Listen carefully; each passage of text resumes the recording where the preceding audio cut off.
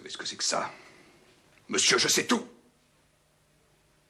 N'étant pas voyant, sire, j'attends respectueusement que l'empereur veuille bien me l'apprendre. C'est un appel au secours!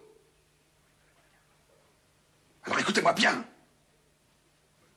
Je veux, vous entendez, je veux que vous me retrouviez au plus vite, saine et sauve, la signorina Maria Stella. Maria Stella? Pourquoi cette lettre vient-elle de chez moi? Madame de Périgord me l'a fait porter, ce dont vous voudrez bien la remercier pour moi. Quant à vous, Fouché, vous allez lancer vos argousins où vous voudrez, mais immédiatement. J'entends qu'on arrête sur l'heure le vicomte d'Aubecourt. Le vicomte d'Aubecourt, sire, mais sous quel prétexte? Tentative d'assassinat. Je veux qu'il couche ce soir à Vincennes. Vous entendez? Très bien, sire. Alors filez! Vous devriez déjà être parti. Cet homme ne pourra plus te faire de mal. Je veillerai moi-même à ce qu'on lui arrache gros les griffes. Je ne veux plus que tu souffres. Jamais.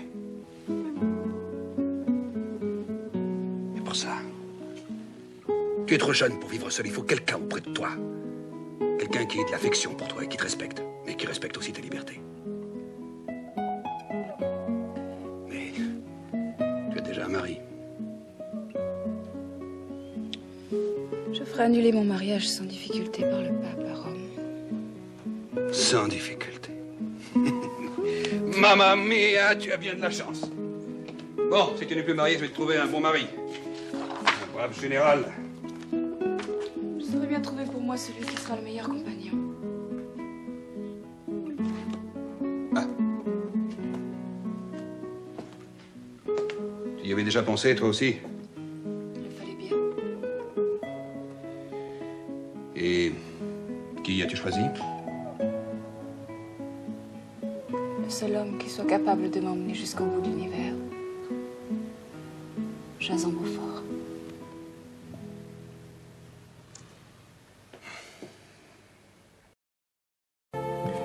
Fini. Les envoyés du ciel, les illuminés, les songes creux, les aventurières. Le grand chambellan est à présent le seul représentant du pouvoir royal. La vraie noblesse française retrouve ses droits. Les partisans de la sorcière, brûlés à Rouen sur ordre de la Sainte Église, seront abattus sans pitié. Je comprends. Trémouille jette sa griffe sur tout ce qu'il voit à sa portée. Ses parents et ses amis se partagent le butin avec lui. Et la faiblesse de notre malheureux roi les conforte dans leur impudence. La sorcière! Il n'y a pas un an, vous la serviez à genoux!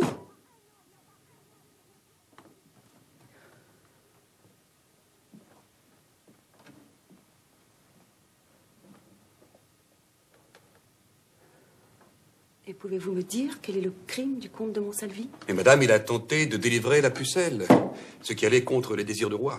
J'étais à Rouen avec lui. Et aussi êtes-vous hors la loi comme lui. Le grand chambellan vous confie à mes soins. Vous voyez que ce n'est pas une peine bien rude.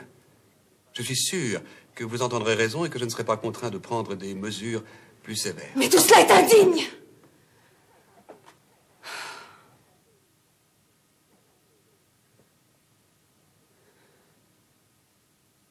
Mais d'autres connaissent la vérité sur Arnaud et moi. La Hire, Saint-Traille et le connétable de Richemont. La reine Yolande.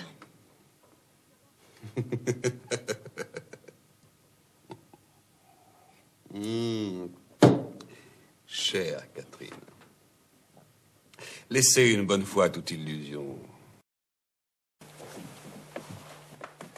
Oui, je vous croyais un bon et fidèle serviteur du roi Billon. Et notre ami. Je vous vois ici comme si vous étiez venu y accomplir une vengeance. Je n'ai jamais été votre ami. Pareil honneur n'est pas pour un pauvre fermier. J'ai été votre humble serviteur et celui du roi. Je ne le suis plus. Je ne vous comprends pas. Et pourquoi voudriez-vous me comprendre? Figurez-vous que j'étais un bon patriote dévoué à mon pays et à deux personnes, le roi et le docteur Gilbert. Celui-ci me disait que le roi était bon, je le croyais. Mais, pardonnez-moi, monsieur le comte, Les rabâchages d'un pauvre paysan sans éducation doivent vous ennuyer. Vous savez, l'amitié que nous vous portons, mes frères et moi. Je regrette que vos frères ne soient pas là pour m'entendre, alors. Oui. Oui, j'ai crié « Vive le roi » à Versailles et à Paris. C'est moi qui suis allé réveiller Lafayette pour qu'il vienne à votre secours dans la nuit du 5 octobre, à Versailles. J'ai perdu mes moissons de 89 et de 90. Et puis j'ai aussi perdu ma fille. Comment?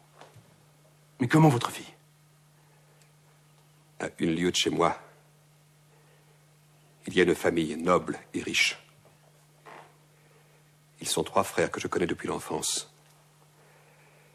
Les plus jeunes venaient souvent boire le lait chez moi et manger le pain cuit par la mère Billot. Ils disaient qu'ils n'avaient jamais vu de si bel enfant que ma fille, Catherine. Oh, Père Billot. Quand le cadet est mort au matin du 6 octobre à Versailles, j'ai pleuré. Maintenant, je pense à son frère.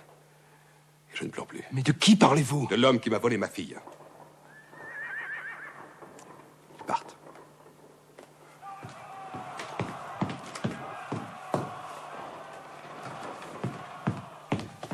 S'il vous plaît, monsieur le comte.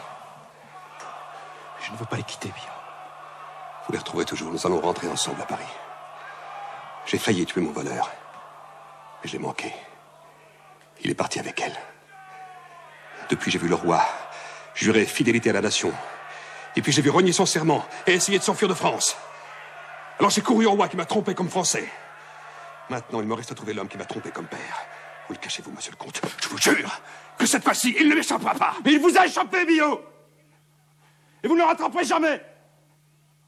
Il est mort. Tenez, voilà son sang.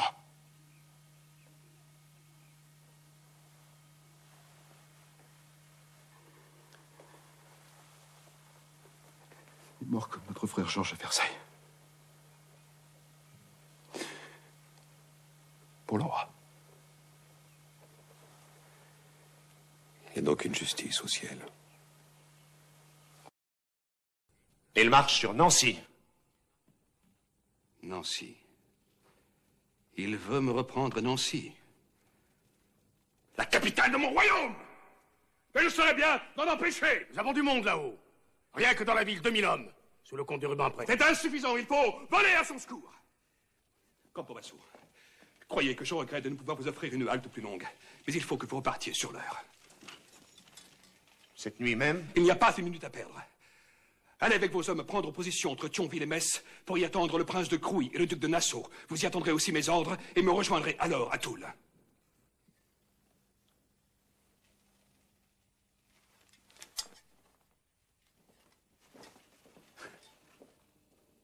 Vous voulez partir? Pas vous. Je ne le permettrai pas.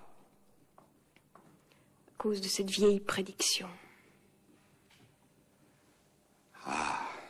Vous savez cela. Ce n'est pas la seule raison. Si vous partiez, vous emporteriez le peu de lumière que je garde en moi.